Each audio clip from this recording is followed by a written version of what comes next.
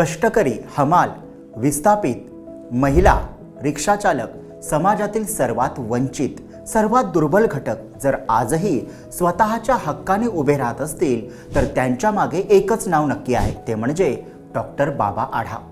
कधी समाजवादी विचारवंत, कधी सत्याग्रही, तर कधी हमालांचा बाबा. 90 वर्षांहून अधिक आयुष्य त्यांनी एका गोष्टीसाठी खर्च केलं: समानता, सामाजिक सुरक्षा आणि कष्टकऱ्यांच्या सन्मानासाठी. आज या व्हिडिओमध्ये आपण पाहणार आहोत बाबा आढाव कोण, त्यांनी हमालांना वेठबिगारापासून कामगार बनवण्याची कशी लढाई केली, कष्टाची भाकर म्हणजे काय, एक गाव एक पाणवठा अभियानातून जातीभेदाची भिंत कशी तोडली आणि त्यांच्या विचारांचा आजच्या काळातला अर्थ काय.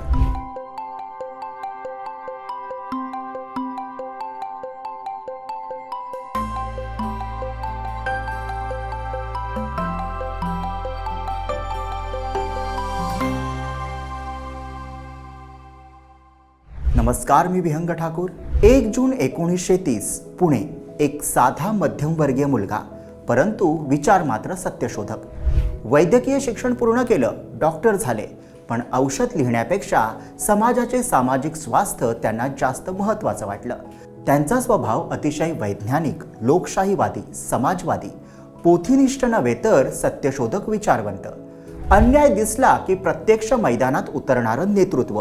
त्यांनी स्वतः सांगितलं होतं, आजार फक्त शरीराचा नसतो, समाजाचाही असतो.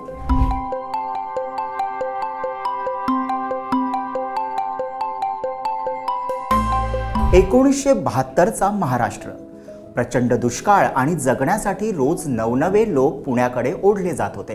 भवानीपेठ, नानापेठ, गणेशपेठ या बाजारपेठांमधलं हमालांचं आयुष्य तेव्हा अक्षरशः हाल अपेष्टांनी भरलेलं होतं. बाबा आढावांनी राष्ट्रसेवा दलाचे संस्कार, समाजवादाचा पाया आणि गरीब कष्टकऱ्यांची दैनावस्था या सगळ्यांमुळे सतत एकच प्रश्न विचारायला सुरुवात केली की या हमालांना न्याय मिळणार कसा. आणि तिथूनच उगम झाला एका मोठ्या चळवळीचा. हमालांना संघटित केल्याशिवाय काहीही बदलणार नाही या ठाम जाणीवेतून हमाल पंचायत जन्माला आली. संवादातून आणि प्रबोधनातून लोकांना जाग आली. कल्याणकारी उपक्रमातून त्यांच्या जगण्याला आधार दिला आणि संघर्षातून त्यांच्या हक्कासाठी ठामपणे उभं राहण्यात ही चळवळ कधीच मागे हटली नाही. या संपूर्ण 8 वर्षांच्या सातत्यपूर्ण लढ्यानंतर 1980 मध्ये सर्वोच्च न्यायालयाचा ऐतिहासिक निकाल आला. त्या निकालाने पहिल्यांदाच हमालांच्या जीवनात नवा अध्याय सुरू झाला. माथाडी मंडळाची स्थापना झाली. भविष्य निर्वाह निधी म्हणजेच PF, बँकिंग सुविधा, वैद्यकीय सेवा सगळं पहिल्यांदाच हमालांच्या हाती आलं. आणि सर्वात महत्त्वाचं म्हणजे सन्मान. कष्टकऱ्यांना पहिल्यांदा समाजाने माणूस म्हणून मान दिला. त्याचबरोबर देना बँकेच्या मदतीनं 190 हमाल कुटुंबांना घरं मिळाली. ज्यांनी आयुष्यभर दुसऱ्यांची गोदामं भरली त्यांना पहिल्यांदाच घर हा शब्द खरा वाटू लागला. गरिबांना स्वस्तात सन्मानाने अन्न मिळावं म्हणून देशभर अनेक योजना आल्या. अण्णा कॅन्टीन असो, इंदिरा कॅन्टीन, झुणका भाकर केंद्र. पण कालांतराने त्यापैकी अनेक योजना बंद पडल्या. जे टिकून राहिले ते म्हणजे कष्टाची भाकर, तेही फक्त एका कारणामुळे: प्रामाणिक हेतू. याच प्रामाणिकतेतून 2 ऑक्टोबर 1974 रोजी पुण्याच्या भवानी पेठेत कष्टाची भाकर सुरू झाली. आज 11 केंद्र चालतात आणि रोज या 11 केंद्रांमध्ये 12 ते 13 हजार लोक पोटभर जेवतात. हा उपक्रम टिकून आहे तब्बल 48 वर्ष आणि कारण अगदी स्पष्ट आहे: ना नफा ना तोट्याचा लाभ, त्यात कष्टकरी महिलांचा थेट सहभाग, घरगुती साधी पण उत्कृष्ट चव, व्यवस्थापनात काटेकोर शिस्त आणि सगळ्यात महत्त्वाचं पारदर्शकता आणि समाजवादी मूल्यांचा गाभा.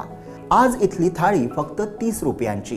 पोळी, पिठलं, भाजी, भात, सकाळी पोहे, उपमा आणि दिवाळी आली की त्याच कष्टकरी हातांनी बनवलेले लाडू आणि चिवडा देखील.